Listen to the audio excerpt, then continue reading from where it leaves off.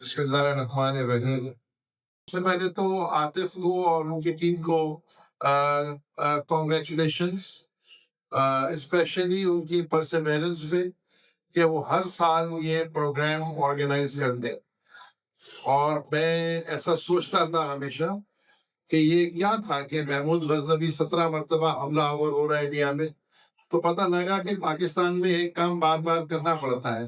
اور ابھی ہمارا تیسرا سال ہے، تو 12-14 سال رہ گئے، پھر انشاءاللہ ہم بھی یہ مندر توڑ لیں گے اور ریئل اسٹیٹ کے بزنس کو ہم ٹیکنالوجی سے انٹیگریٹ کرتے ہیں.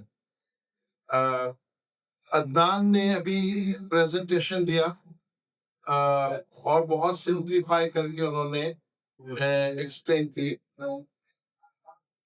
سر میں یہ پریزنٹ کرنا چاہ رہا ہوں کہ ہم لوگ 2005 سے ریٹس کے بزنس میں کام کر رہے ہیں، ریئل اسٹیٹ انویسٹمنٹ ٹرسٹ کہ ریٹ جو ہے یعنی کہ ریئل اسٹیٹ کے بزنس کے ایشوز کیا ہیں.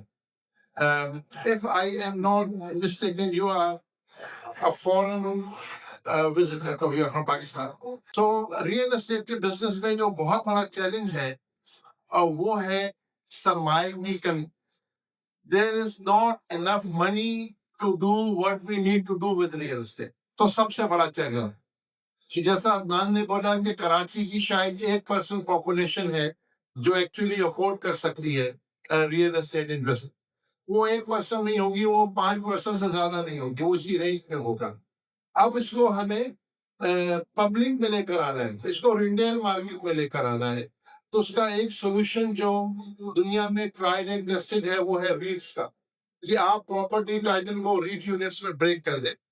اور اس کے ریگولیٹری فریم ورک کچھ ایسا ہے کہ آپ کو ریٹ میں انویسٹ کرنے کے لیے اسٹاک ایکسچینج کے تھرو جانا. اب یہ دوسرا سولوشن جو آیا ہے جس کا عدنان ذکر کر رہے تھے کہ آپ بلاک چین کے تھرو بھی آپ ڈی سینٹرلائز ارینجمنٹ میں بھی ٹائٹل کو اون کر سکتے ہیں. بٹ اس سلسلے میں وہ ریگولیٹری کام ہو رہا ہے اور اس میں ٹیکنالوجی پہ کام ہو رہا ہے. اس میں کیپٹل کمٹ ہونے کی ضرورت ہے، ابھی لائسنسنگ ہونی ہے. ہمیں لگتا ہے کہ پاکستان میں جس پیس پہ چیزیں کام کرتی ہیں تو ہماری عمریں 300 سال ہونی چاہیے تاکہ ہم وہی کریں جو دنیا کر رہی ہے 50 سال. ہم لوگ 6-7 گنا سلو ہیں. تو امید ہے کہ انشاءاللہ ٹوکنائزیشن بھی پاکستان میں شروع ہو جائے گی. لیکن ریٹ کا ایکسپیریمنٹ ہم نے کر لیا اور ریٹ میں ایڈیکویٹ ایویڈنس آ گیا کہ ریڈ کرنے سے you can undertake larger projects. ابھی پبلک کا کانفیڈنس ایٹ لارج جو ہے وہ ابھی بنانے کی ضرورت ہے. جو ہماری سب سے پرانی ریٹ ہے ڈالفن سٹی ریٹ، اس میں ابھی کوئی 12-13 ہزار یونٹ ہولڈرز ہیں. ہمیں اس کو لے کے جانا ہے 12 لاکھ پہ یا 1 کروڑ پہ، تو بڑھانے کی ضرورت ہے. ٹیکنالوجی نے تھوڑا ہم کو اسسٹ کیا ہے، ڈیجیٹل پلیٹ فارمز نے اویئرنیس کے لیے ہم کو سہولت دیا ہے، لیکن اس میں ایک بڑا رول جو ہے وہ ڈیولپرز کو پلے کرنا ہے. اور وہ یہ کہ آپ کو اپنے سالڈ پروجیکٹس جو ہے وہ پبلک میں لے کر آئے. یعنی you have to bring the best of your portfolio to the market. جو ویکر ایسٹس ہیں وہ نہیں لانے چاہیے. اور gradually and slowly but surely مجھے لگتا ہے کہ ریٹس کی ایکسیپٹنس جو ہے وہ انکریز ہوتی چلی جائے گی. ابھی 2 دن پہلے ہم نے اپنی ایک ریٹ کا IPO کیا ہے، سگنیچر ریزیڈنسی ریٹ کا، اور اس میں 10 ٹائمز وہ اوور سبسکرائب ہوا ہے.